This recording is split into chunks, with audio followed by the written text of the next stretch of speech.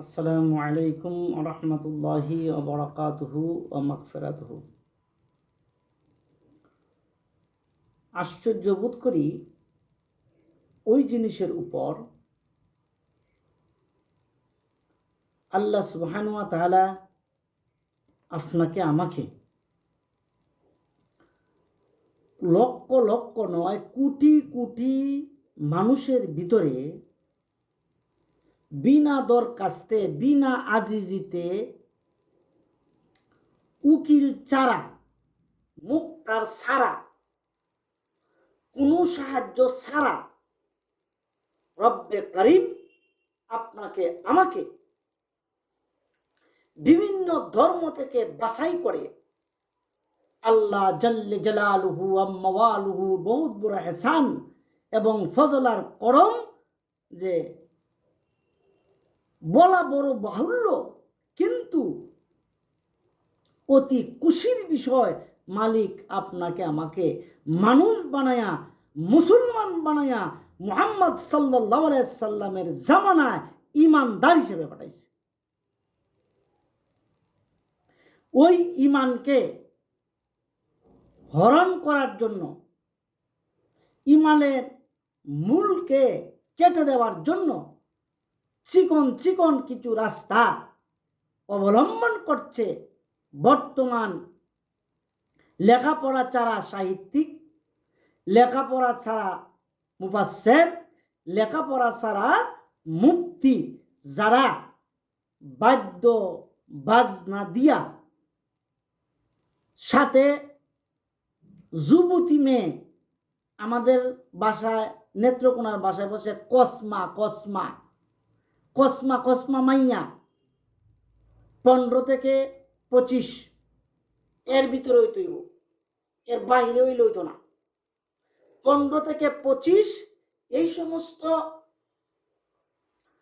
মেয়েদেরকে নিয়া তারা দুয়ারি করে গান গায় আর আমাদের ইমানকে কোরআনের মিথ্যা অপবাদ দিয়া, হাদিসের মিথ্যা অপবাদ দিয়া আমাদের ইমানকে হরণ করছে। আমরা বুঝতে পারতেছি না, কিন্তু তাদের বিরুদ্ধে মুসলমানের ভিতরে তাকিয়া তারা বিধর্মীদের কিছু কাজকে অলঙ্কিত করছে, বিধর্মীদের কিছু কাজকে মুসলমানের ধর্মের ভিতরে ঢুকানোর জন্য আগে আগে তারা আমল করিয়া দেখাইতেছে। বিশেষ করিয়া মুসলমানদের বিবাহ একটা ধর্মের মূল বিধান, ওই ধর্মের মূল বিধানে হিন্দুদের কিছু ক্যাটাগরি, হিন্দুদের কিছু চাই, হিন্দুদের কিছু তরিকা সর্বপ্রথম ঢুকায় দিচ্ছে।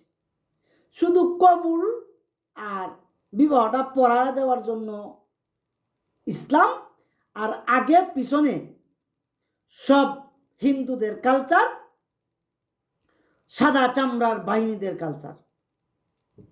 তো যাই হোক, বর্তমানে যে জিনিসটা নিয়ে খুব তুলপাড় চলছে বিভিন্ন সম্প্রদায়ে, তার একটা ছোট্ট উদাহরণ আমি দেই, এতে বুঝতে পারবেন তারা কিভাবে কেমনে সরল মনা মানুষদেরকে তাদের দলে উঠাইতেছে।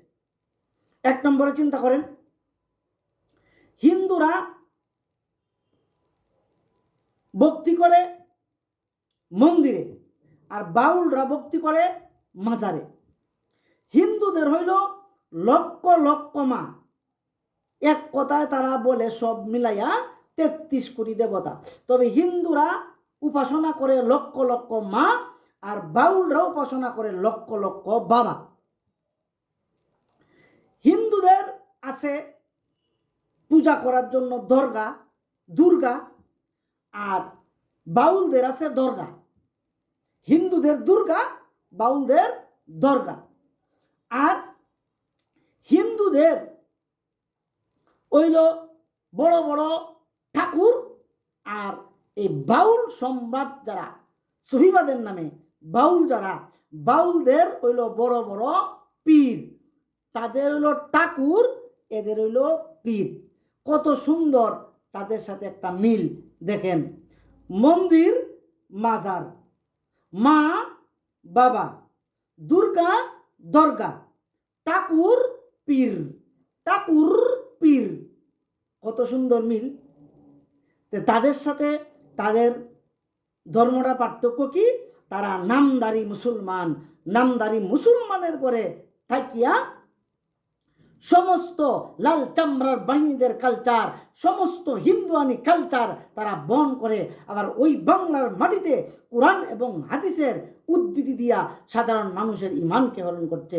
সাবধান মুসলমান, এই সমস্ত আউল বাউলদের বিভিন্ন ধরনের চল কল কৌশল সমস্ত কিছু থেকে আমাদের হেফাজতে থাকতে হবে।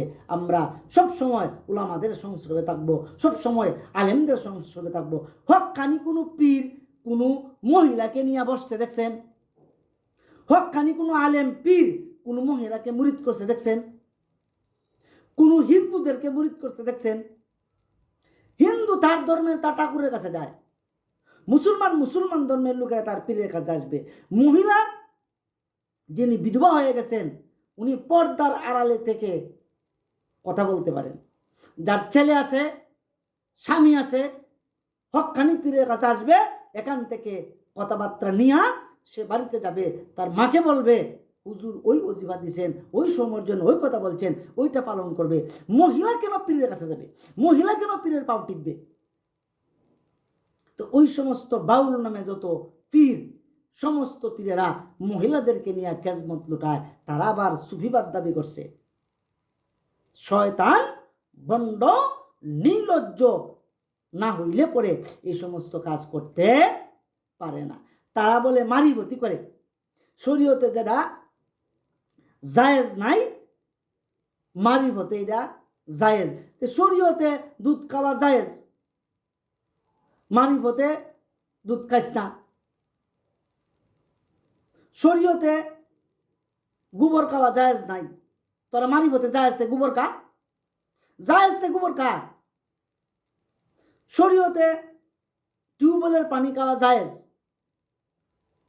গরুর গুড়ার প্রস্রাব খাওয়া জায়েজ নাই। তোরাই কস পানি খাই পানি আসে, ওই বন্ডের দলেরা পানি কাজ পানি আসে, টিউবওয়েলের পানি কাজ করে, তোরার জন্য তো এটা জায়েজ।